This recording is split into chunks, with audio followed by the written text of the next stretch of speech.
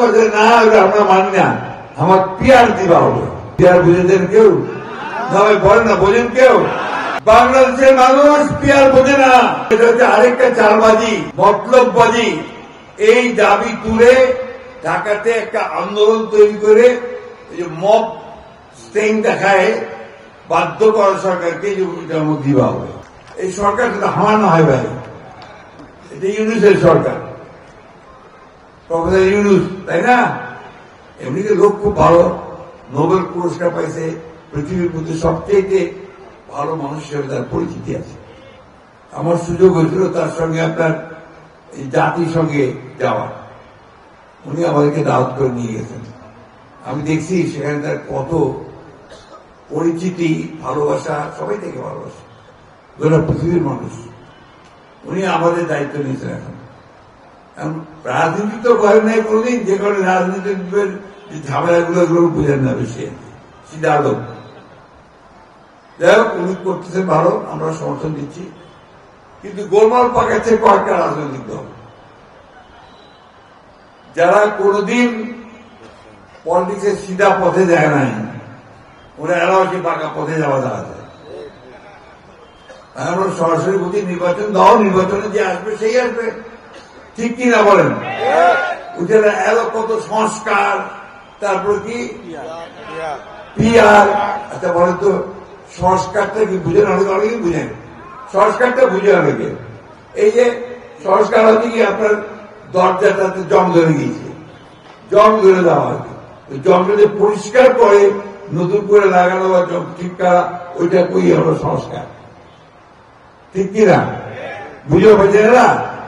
রাষ্ট্র ব্যবস্থাটা আমার যে চলছিল আছে, ওই জং ধরা দিচ্ছে।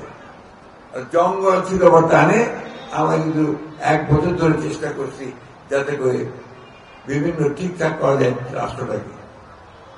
এখন ওরা সব শেষ হয়ে গেছে, এরা কবে না আমরা মানি না, আমার পিয়ার দিবা হবে।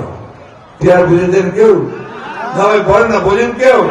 এদিকে আমরা সব পরিষ্কার করে বুঝি না।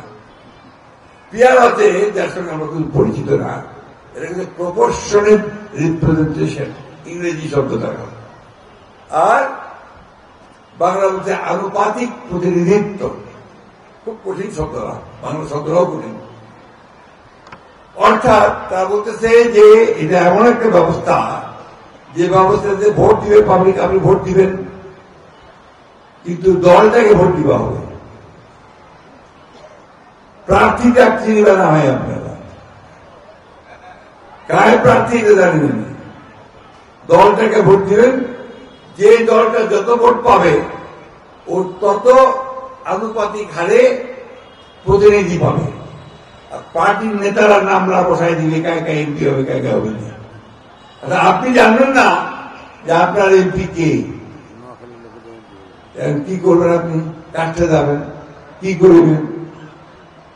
আপনার স্কুলটার একটা অনুদান দরকার, বিল্ডিং দরকার, আমার মাহমুদের কাঠগুলো নষ্ট হয়ে যাচ্ছে, ওটা ঠিক করা দরকার, ঠিক না?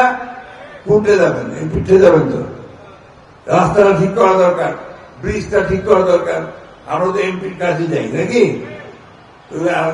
বুঝতে পারবেন বন্ধুরা, এটা হচ্ছে আরেকটা চালবাজি, মতলববাজি। এই দাবি তুলে ঢাকাতে একটা আন্দোলন তৈরি করে মব স্টেইন দেখায় বাধ্য করা সরকারকে যে দিবা হবে। বাংলাদেশের মানুষ পিয়ার বোঝে না। আমি আবার বলছি, আপনার সাংবাদিক ভাইরা এটা আমাকে কোর্ট করবেন, আমি জনগণের সামনে আমি সকলের কাছ থেকে সাক্ষী, তারা পিয়ার কি জানেন না।